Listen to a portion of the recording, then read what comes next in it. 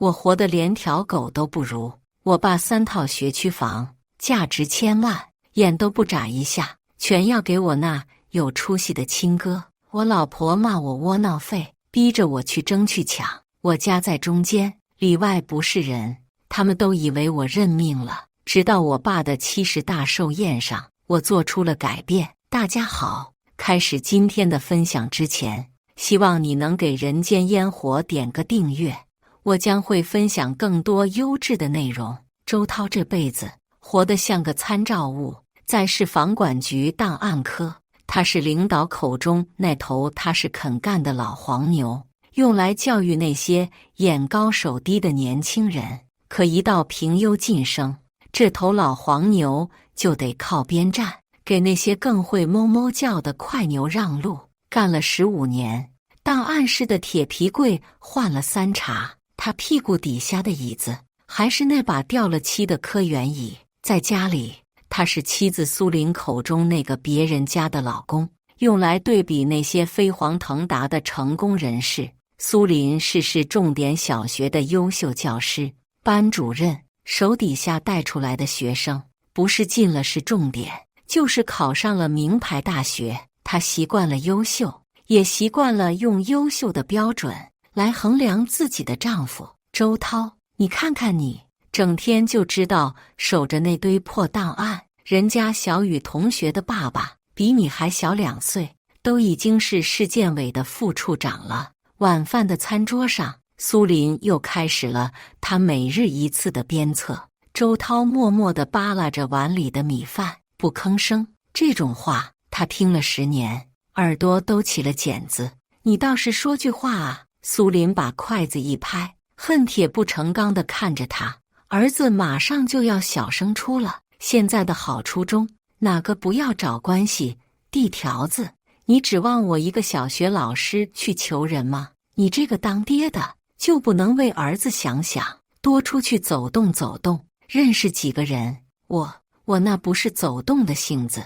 周涛小声地嘟囔了一句：你什么性子？你就是没本事，窝囊。苏林的声音像一把锥子，狠狠地扎进周涛的心里。10岁的儿子周小雨在一旁默默地低下了头，用筷子戳着碗里的青菜。这个家早已习惯了这种低气压。周涛看着妻子那张因为生气而涨红的脸，看着儿子那小心翼翼的眼神，他想反驳，想说我也努力了，可话到嘴边又咽了回去。他知道自己确实就是妻子口中那个不求上进的男人。他不喜欢求人，不喜欢喝酒，不喜欢在酒桌上说那些言不由衷的奉承话。他宁愿一个人在安静的档案室里，把那些发黄的旧图纸一张张的整理好。他觉得那样踏实，可这份踏实在妻子眼里就是窝囊。如果说妻子的鞭策是绵里藏针，那他父母的偏心就是一把不加掩饰的血淋淋的杀猪刀。周涛有个亲哥叫周勇，比他大5岁，兄弟俩是截然不同的2个极端。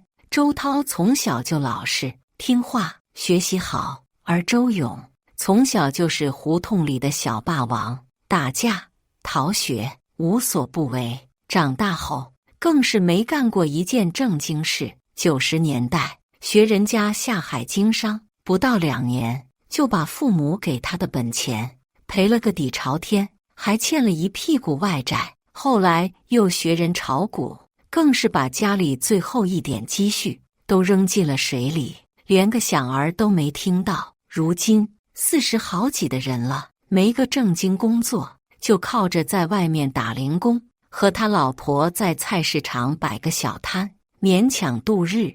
可就是这么一个不成器的、扶不起的阿斗，却是父母周建国和王秀兰心尖尖上的肉。父亲周建国是市物资局的退休老干部，一辈子说一不二，强势霸道。他名下有3套市中心的老破小学区房，那是当年单位分的福利房，后来被他用极低的价格买断了产权。如今房价飞涨，这3套不起眼的老房子加起来市值超过了1000万，这是周家最值钱的家当，也是所有矛盾的根源。这3套房子以后全都是你哥的。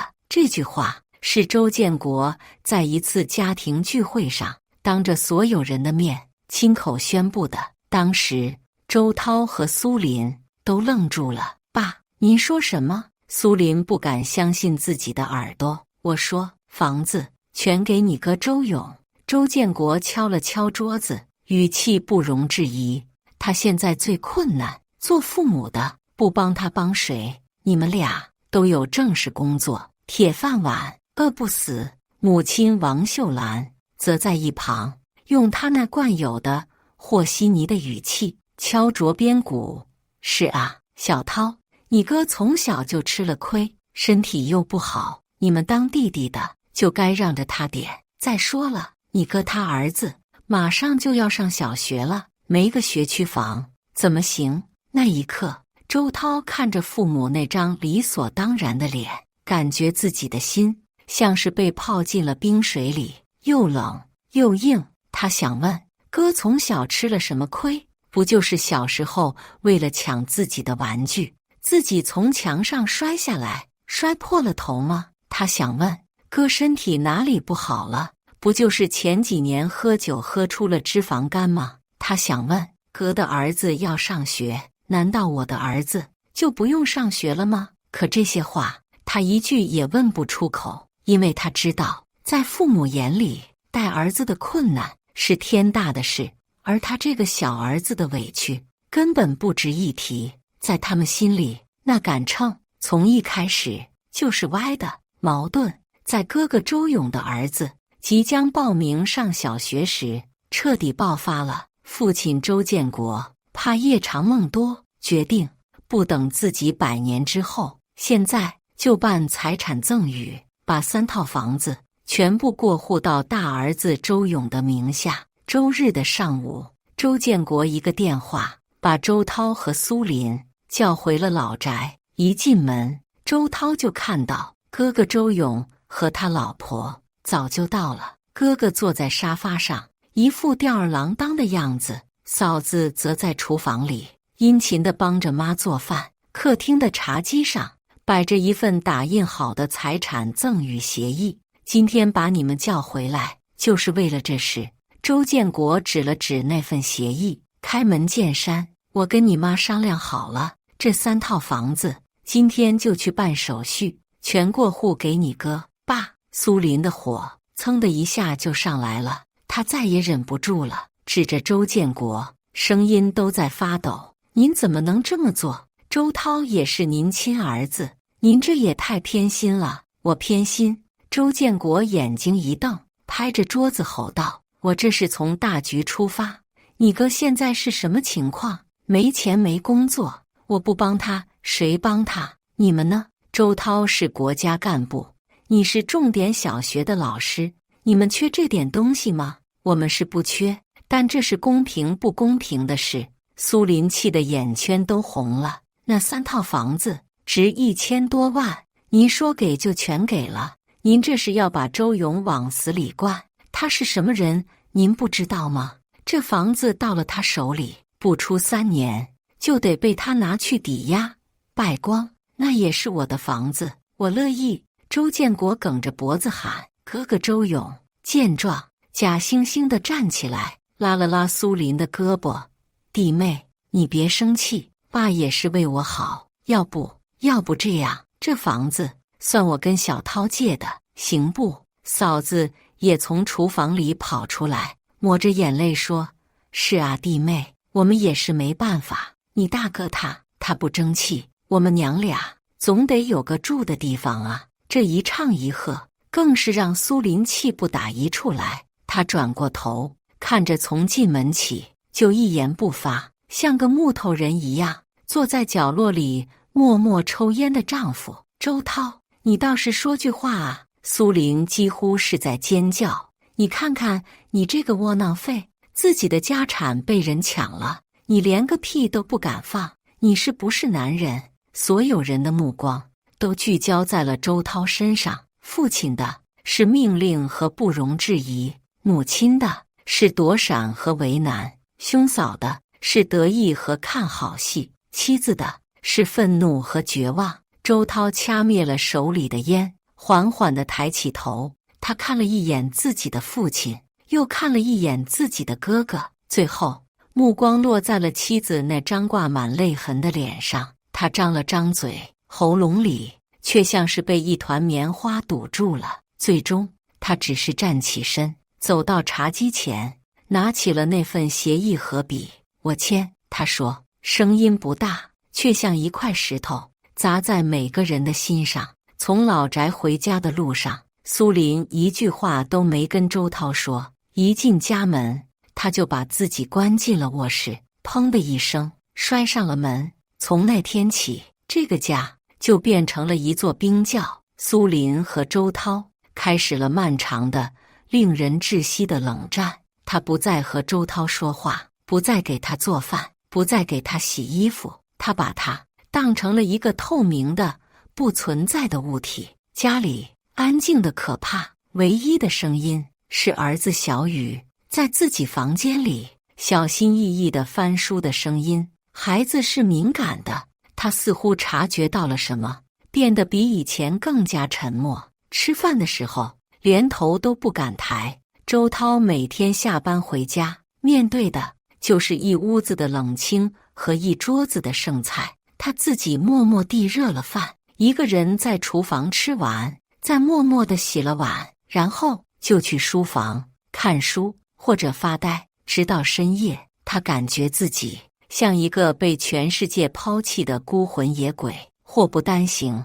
家里的冰山还没融化，单位的寒流又来了。档案科要提一个副科长，所有人都以为这个位置非老黄牛周涛莫属，可最终文件下来被提拔的是一个比他晚来了10年，整天跟在局长屁股后面端茶倒水的年轻人。年轻人成了他的顶头上司，开会的时候会拍着他的肩膀，用一种前辈的口吻，语重心长地说：“小周啊，以后要多学习，多进步啊。”同事们看他的眼神也变了，有同情，有惋丧，但更多的是幸灾乐祸和嘲笑。听说了吗？老周家分房子，1分钱没捞着，全给他哥了。真的假的？他那么老实，不被欺负才怪呢。他老婆不是挺厉害的吗？这都能忍。这些风言风语像苍蝇一样嗡嗡的往他耳朵里钻。父母的偏心，妻子的冷漠，兄长的得意，单位的失意，像四面不断收紧的墙，死死的把他挤在中间。他感觉自己快要喘不过气来了。他开始整夜的失眠，大把的掉头发。40岁的人看起来比他那个50多岁的局长还要苍老。他觉得自己活成了一个天大的笑话。日子就在这种令人窒息的压抑中滑到了年底。父亲周建国要办70大寿，他特意把周涛叫到老宅，用一种不容置疑的口吻下达了指示：“小涛，我70大寿，你得给我好好操办一下。”周建国说：“酒店就定市里最好的那个王朝大酒店，要最大的那个宴会厅，亲戚朋友、同事下属都给我请到了，这事就交给你了，必须给我办得风风光光的，不能丢了我的人。”周涛看着父亲那张理所当然的脸，没有反驳，也没有争辩，他只是平静地点了点头：“知道了，爸。”接下来的半个月，周涛真的像一个最孝顺的儿子，一个最得力的工具人。他请了年假，跑前跑后，联系酒店，拟定菜单，写请柬，打电话通知宾客，所有的事情他都安排得井井有条，妥妥当帖。周建国对他这个态度很满意，他觉得这个小儿子虽然窝囊，但总算还是听话的。苏玲看着丈夫每天像个陀螺一样为那个伤透了她心的家庭忙碌，心里的火又一次被点燃了。寿宴前一晚，他把一份打印好的离婚协议书扔在了周涛面前。这是冷战开始后他对他说的第一句话。周涛，我受够了。他的声音冰冷而决绝。我不想跟一个连自己都瞧不起自己的窝囊废过一辈子。我给你最后一次机会。他指着那份协议，明天的寿宴上，当着所有亲戚朋友的面，你要是还不敢的话，那等寿宴结束，我们就去把这字签了。周涛看着那份离婚协议书，出奇的没有像往常一样惊慌失措，或者低声下气的去哀求，他只是沉默的看了很久，然后他抬起头看着苏林，平静地说：“我知道了。”他顿了顿，又补充了一句：“明天，你看好吧。”他的这种反常的平静，让苏林的心里莫名的感到了一丝陌生和不安。周建国的70大寿宴如期在王朝大酒店最大的宴会厅举行，现场高朋满座，热闹非凡。周建国穿着一身崭新的唐装，满面红光，像个检阅自己一生成就的将军。他拉着大儿子周勇的手，在主桌上挨个地给自己的老领导、老同事们敬酒。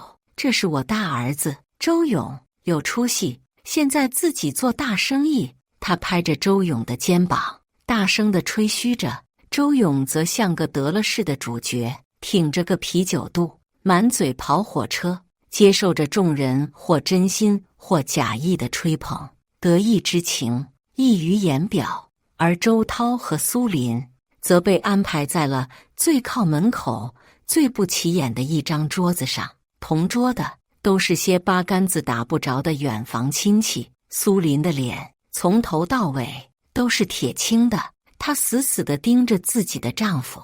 周涛却像个没事人一样，只是低着头，默默地给儿子夹菜，偶尔会端起酒杯喝一口闷酒。酒过三巡，菜过五味，宴会的气氛达到了高潮。主持人上台宣布进入子女祝寿环节。哥哥周勇当仁不让的第一个走上了台，他拿着话筒发表了一番声情并茂的祝酒词，把父亲吹捧上了天，又表达了自己未来要如何孝顺父母的决心，说得眼泪汪汪，博得了满堂喝彩。周建国在台下听得眼眶湿润，连连点头，无比受用。下面让我们用热烈的掌声欢迎我们今天的另一位孝子，周建国的二儿子周涛先生上台为我们的老寿星送上祝福。主持人大声地喊道。台下掌声稀稀拉拉，所有人的目光都投向了角落里那个沉默的男人。大家都在等着看这个传说中的窝囊废会说些什么。苏林的心提到了嗓子眼，他用桌子底下的脚狠狠地踢了一下周涛。周涛缓缓地站起身，整理了一下自己的西装，他一步一步地走上了那个金碧辉煌的舞台。他没有像哥哥那样去拿酒杯，他只是走到了舞台中央，从西装的内侧口袋里掏出了一沓厚厚的用订书机订好的文件和一个小小的黑色的 U 盘。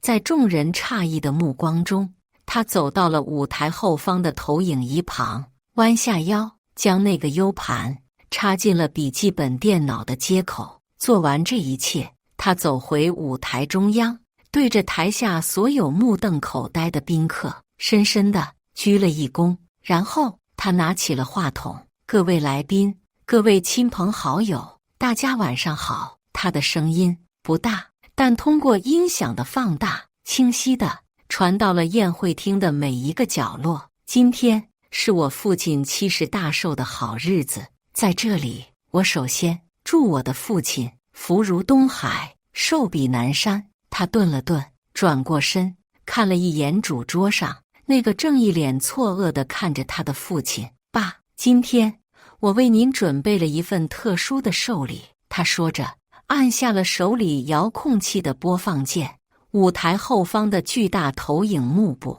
瞬间亮了起来，上面出现的不是什么祝福的 PPT， 也不是什么感人的家庭相册，而是一份文件的清晰扫描件。文件的标题是几个加粗的黑体的大字：星号星号，关于周勇骗取银行贷款及民间高利贷的实名举报信。星号星号。当看清幕布上那行字的瞬间，刚刚还满脸得意、红光满面的公公周建国脸上的笑容瞬间凝固，他像是被人当头打了一闷棍，手里的酒杯哐当一声掉在地上，摔得粉碎。他死死地盯着幕布，又死死地盯着台上那个他从未正眼瞧过的小儿子，整个人彻底愣住了。整个宴会厅瞬间陷入了一片死寂，所有的喧嚣和笑语都在幕布亮起的那一刻戛然而止。几百双眼睛像探照灯一样，在台上那个平静的有些可怕的周涛，和台下主桌上那个脸色瞬间变得惨白的周建国、周勇父子之间来回扫视，空气中弥漫着一股暴风雨来临前那种令人窒息的压抑。周涛，你疯了！你知不知道今天是什么日子？你给我滚下来！最先反应过来的是父亲周建国，他猛地站起身，指着台上的周涛，气得浑身发抖，声音都变了调。周涛没有理会他，他只是平静地按下了遥控器的下一页，幕布上出现了一张张清晰的银行转账记录、借贷合同的扫描件，每一张上面都有哥哥周勇的亲笔签名和红色的手印。我哥周勇在过去5年里以投资为名，先后注册了3家皮包公司。周涛的声音通过话筒清晰地回荡在每一个人的耳边，不带一丝感情，像一个最客观的新闻播报员。他利用我父亲的关系伪造流水，骗取了建设银行120万的商业贷款，至今分文未还。他还以月息5分的高利向民间借贷公司借款80万元，利滚利，如今本息合计已超过200万。他还打着我父亲的旗号，向我父亲的几位老同事、老朋友借款共计55万元。周涛每说一句，台下就响起一片倒吸冷气的声音。哥哥周勇的脸已经从猪肝色变成了死灰色，他想冲上台去抢话筒，却被身边几个同样目瞪口呆的朋友死死拉住。为了填补这些窟窿，他开始打家里房子的主意。周涛按下了下一页，幕布上出现了一份房产抵押意向书的扫描件，抵押物正是那3套刚刚过户到他名下的学区房，而抵押的日期就在房产证下来的第2天。我爸以为把房子给他是帮他东山再起，可在他眼里，这3套房子不过是他用来填补下一个窟窿的最后一块砖。周涛，你血口喷人！哥哥周勇终于挣脱了束缚，指着台上的弟弟，歇斯底里地吼道：那些都是伪造的，伪造的！周涛冷笑一声，他看向台下一个不起眼的角落。那么，我们有请当初为我哥办理高利贷业务的红星小额贷款公司的客户经理王经理上来说几句。话音刚落，一个穿着黑色夹克的精瘦男人从角落里站了起来，走上了台。他从周涛手里接过了话筒。我证明周涛先生刚才说的关于我们公司的部分全部属实。周勇先生确实在我司有200万的债务尚未结清，这里有他当初签字画押的全程录像。说着，他从口袋里也拿出了一个 U 盘。如果说刚才的举报信是一颗炸弹，那么这位王经理的出现就是一颗引爆了火药库的原子弹。台下彻底炸开了锅，那些被周勇借过钱的亲戚朋友纷纷站了起来，指着周勇破口大骂：周勇，你个天杀的！你不是说拿钱去投资新能源吗？原来是去还赌债了！退钱，马上把钱还给我！周建国看着眼前这混乱的一幕，看着那个被众人指责、狼狈不堪的大儿子，他感觉一阵天旋地转，捂着胸口瘫倒在了椅子上。母亲王秀兰也早已哭成了一个泪人，嘴里不停地念叨着：作孽啊，真是作孽啊！而妻子苏林则坐在角落里，呆呆地看着台上那个陌生的丈夫。她第一次发现自己这个窝囊了10几年的男人，竟然有如此深沉的心机和雷霆般的手段。她感到一阵后怕，也感到了一丝莫名的快意。台上的周勇在铁证面前彻底崩溃了，他扑通一声跪在了地上，抱着父亲的大腿，嚎啕大哭：爸，我错了，我真的错了，我是一时糊涂啊，您救救我，您一定要救救我啊！周建告看着这个他偏爱了一辈子、寄予了所有希望的大儿子，此刻却像一条摇尾乞怜的狗，他的心像是被挖走了一块，空洞而又冰冷。他没有去看周勇，而是抬起头，用一种极其复杂的眼神看着台上那个依旧平静的小儿子周涛。他的声音沙哑而苍老：你是什么时候知道这些的？半年前。周涛平静地回答：就在您让我签那份赠与协议的时候。那你为什么不早点告诉我？我告诉您，您会信吗？周涛反问，嘴角勾起一抹自嘲的弧度。在您心里，我哥永远是那个有出息的、值得您倾尽所有的好儿子，而我永远是那个不成器、不值得您多看一眼的窝囊废。就算我当时把这些证据都摆在您面前，您也只会觉得是我这个当弟弟的在嫉妒，在污蔑，在破坏家庭和睦。周建国张了张嘴，却一句话也说不出来，因为周涛说的是事实，所以我只能用我自己的办法来解决问题。周涛看着台下那些同样目瞪口呆的房管局的同事和领导，周涛在房管局档案科工作了15年，我熟悉本市每一套房产的交易流程和法律法规。他顿了顿，扔出了最后一张，也是最致命的一张底牌。根据我们国家的合同法和城市房地产管理法相关规定，以欺诈、胁迫手段所签订的合同属于无效合同。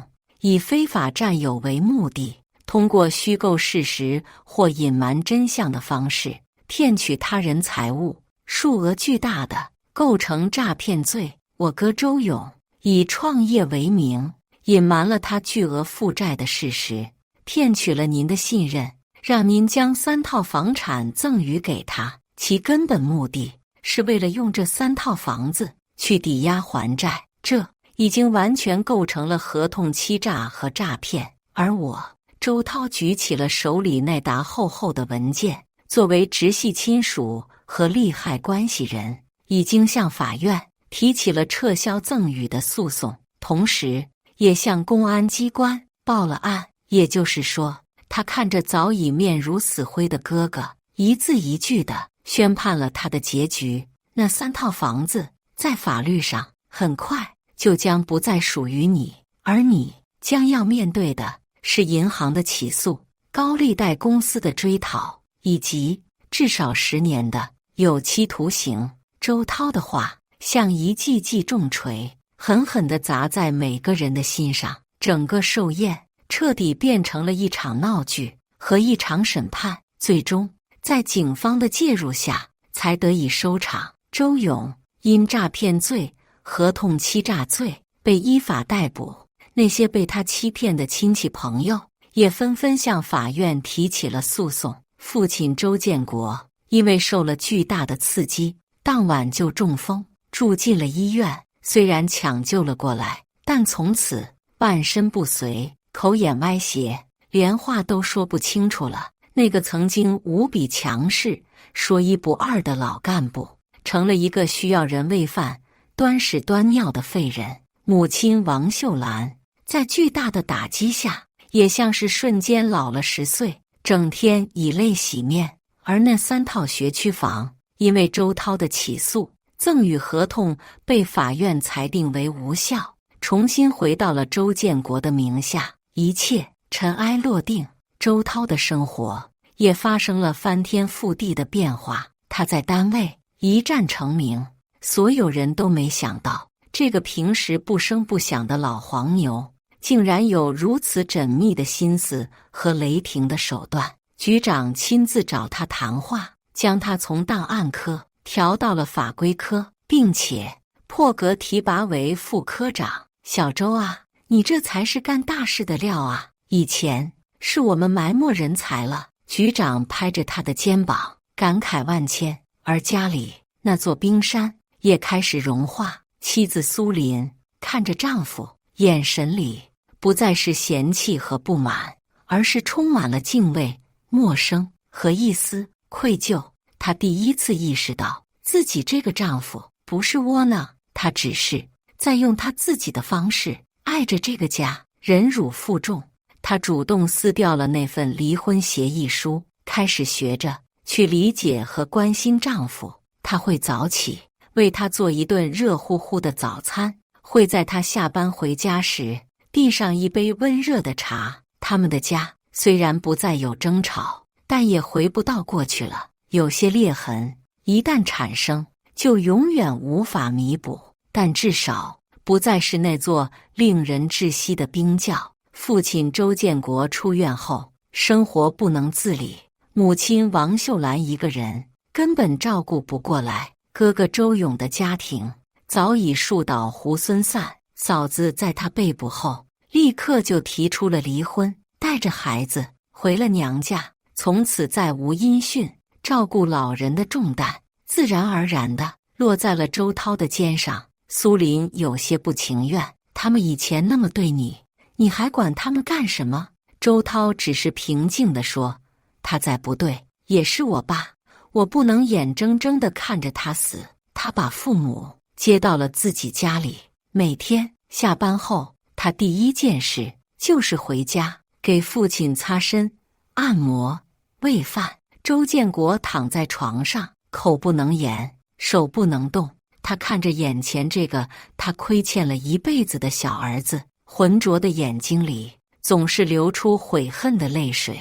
他想说声对不起，可发出的只是咿咿呀呀的不成调的声音。周涛知道他想说什么，但他什么也没说，他只是默默地做着一个儿子该做的一切。有些伤害可以被原谅，但有些不能。他可以尽孝，但他无法再回到那个任由父母欺压的卑微的过去。1年后，周涛带着妻子和儿子去监狱探望了哥哥周勇。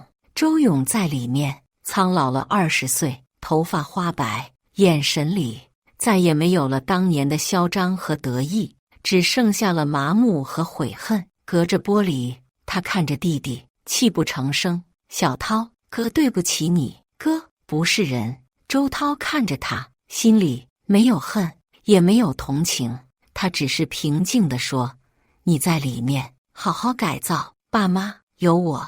从监狱出来，一家3口去了一家小面馆。周涛点了一碗阳春面，和当年父亲在他10岁生日时带他去吃的那碗一模一样。他把面推到儿子小雨面前，儿子，吃吧。小雨看着他，懂事地点了点头。苏林坐在旁边，看着眼前的父子俩，眼眶有些湿润。他知道这个家经历了一场巨大的地震，虽然满目疮痍，但地基还在，而撑起这片地基的正是眼前这个他曾经最看不起的沉默寡言的男人。阳光透过面馆的玻璃窗，照了进来，洒在热气腾腾的面碗上。周涛看着窗外，车水马龙，人间烟火。他知道生活还要继续。他拿起筷子，夹了一口面，放进嘴里，很淡，但很暖。以上就是今天分享的故事。大家有什么想说的、想吐槽的，欢迎在下方评论交流。也更希望能给人间烟火点个订阅，我将会分享更多优质的故事内容。